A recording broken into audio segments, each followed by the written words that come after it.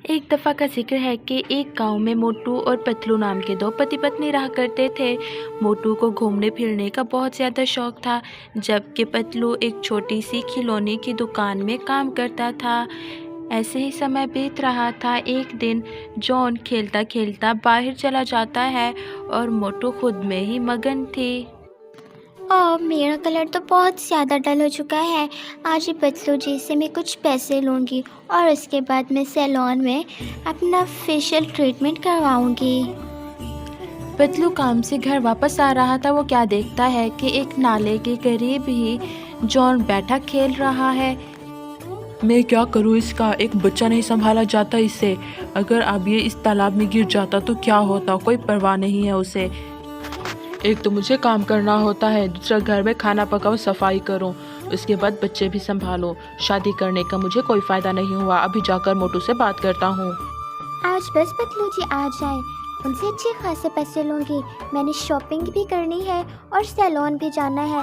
मेरी सारी फ्रेंड्स ने शॉपिंग कर ली है, बस मैंने ही की। लास्ट वीक ही तो की थी, उसके बाद पूरे 8 दिन हो गए हैं मुझे शॉपिंग किए हुए। आज तो पैसे लेकर ही रहूँगी उनसे। पतलू भी इतनी देर में गुस्से से जॉन को लेकर आ जाता है और मोटू से आकर कहता है, प्रॉब्लम क्या है तुम्हारी? तुमसे एक बच्चा नहीं संभाला जाता। ये तालाब के करीब बैठा था, अगर उसमें गिर जाता तो जानती हो क्या होता।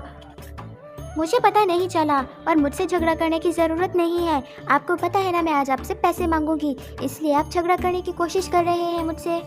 तुम्हारी तलाकीरें बता दूँ कि मुझे सैलरी नहीं मिली तो तुम्हें पैसे नहीं मिलेंगे और बच्चे को संभालो। देखिए पतलू जी, आज मैं आपसे साफ साफ बात कह सकती हूँ। मेरी सारी फ्रेंड्स के जितने भी बच्चे हैं उनकी केयर टेकर है। मुझे केयर टेकर चाहिए। मुझे पैसे भी आज और अभी चाहिए। इतना समय हो गया है, मैंने ना तो शॉपिंग की है और ना ही मैं सैलून गई हूँ। इतने सारे सैलून में पैसे खर्च करके आती हो, लेकिन तुम्हारी मूंछों का तो कुछ नहीं हुआ। ये तो वैसी की वैसी हैं। और कहा ना मैंने, मेरे पास नहीं है पैसे। पतलू किसी से फ़ोन पर बात कर रहा था। देखो, मेरे पास इतने ज़्यादा पैसे नहीं हैं। मैंने तुम लोगों के साथ पिकनिक पर नहीं जाना। तुम लोगों ने जाना है तो चले जाओ। अच्छा ठीक है, अगर मेरे पिकनिक पर ना जाने की वजह से तुम लोग दोस्ती तोड़ना चाहते हो तो बड़े शौक से तोड़ दो। मोटू आते हुए पतलू की सारी बात सुन लेती है और बहुत ज़्यादा शर्मिंदा हो जाती है और आकर पतलू से माफ़ी मांगती है। पतलू जी, मैं आपसे बहुत शर्मिंदा हूँ। मुझे तो पता ही नहीं था कि आपके पास पैसे नहीं हैं। मुझे तो बस अपनी पड़ी थी और मैं जॉन का भी अच्छे से ख्याल नहीं रखती। मुझे मेरी गलती का एहसास हो चुका है। आज के बाद मैं कोई फजूल खर्ची नहीं करूँगी और जॉन का भी अच्छे से ख्याल रखूँगी। पतलू भी मोटू की ये बात सुनकर खुश हो जाता है और उसे माफ़ कर देता है। उसके बाद वो सब हंसी खुशी रहने लगते हैं।